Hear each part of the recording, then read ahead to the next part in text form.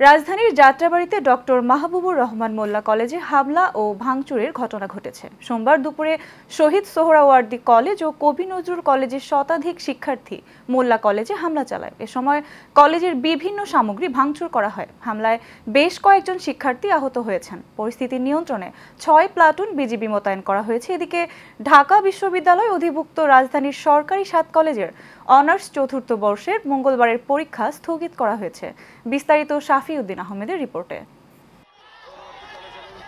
ভুল চিকিৎসায় সহপাঠীর মৃত্যুর অভিযোগে রোববার পুরান ঢাকার ন্যাশনাল মেডিকেল কলেজ ও শহীদ সোহরাওয়ার্দী কলেজে ভাঙচুর চালায় ডক্টর মাহবুবুর রহমান মোল্লা কলেজের শিক্ষার্থীরা। সেই ঘটনার পাল্টা জবাব দিতে কবি নজরুল সরকারি কলেজ, সোহরাওয়ার্দী কলেজ সহ বেশ কয়েকটি কলেজের শিক্ষার্থীরা আজ দুপুর 12টার দিকে হামলা চালায় ডেমরার ডক্টর মাহবুবুর রহমান মোল্লা কলেজে।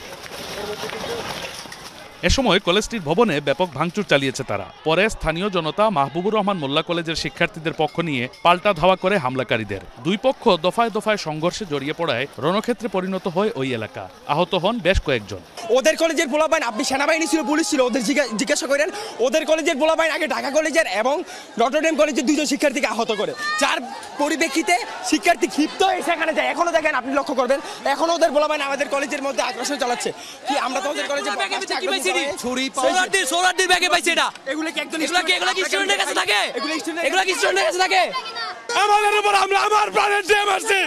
ডিমার্সির হচ্ছে একটা স্টুডেন্ট, ও হচ্ছে অসুস্থ হওয়ার পরে ন্যাশনাল মেডিকেল কলেজে ভর্তি হয় এবং ওখানে ভর্তি হওয়ার পরে ভুল চিকিৎসার জন্য সম্ভবত ছেলেটা মারা যায়। এর আসলে সঠিক কোনো তদন্ত হয়নি এখন পর্যন্ত।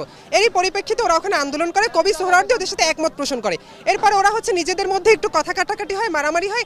এর পরিপ্রেক্ষিতে ওরা গতকালকে আমাদের সোহরাওয়ার্দী কলেজে গিয়ে ওরা অ্যাটাক করে এবং কলেজটাকে পুরো হচ্ছে শ্মশান বানিয়ে দেয় এক কথায়। এবং এরই পরিপ্রেক্ষিতে আজকে স্টুডেন্ট এসেছে। সংঘর্ষের কারণে যাত্রাবাড়ী ও আশেপাশের সড়কে যান চলাচল বন্ধ হয়ে যায়। এ সময় সড়কে তীব্র যানজট সৃষ্টি হয়। এক পর্যায়ে ঘটনাস্থলে বিপুল সংখ্যক আইনশৃঙ্খলা বাহিনীর সদস্য উপস্থিত হয়ে পরিস্থিতি নিয়ন্ত্রণে আনার চেষ্টা চালান। মাহবুবুর মোল্লা কলেজের ভাঙচুর করেছে, ব্যাপক ক্ষয়ক্ষতি করেছে। তো যেখানে যে ঘটনা ঘটেছে, ঘটনা পরবর্তী সময় আমরা এসে এখানে ঘটনা নিয়ন্ত্রণে এনেছি।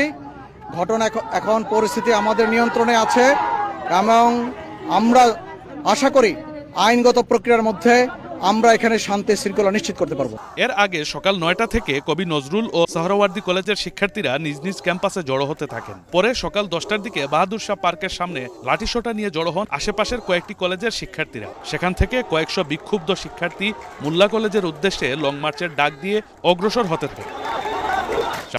Asian television, Dhaka.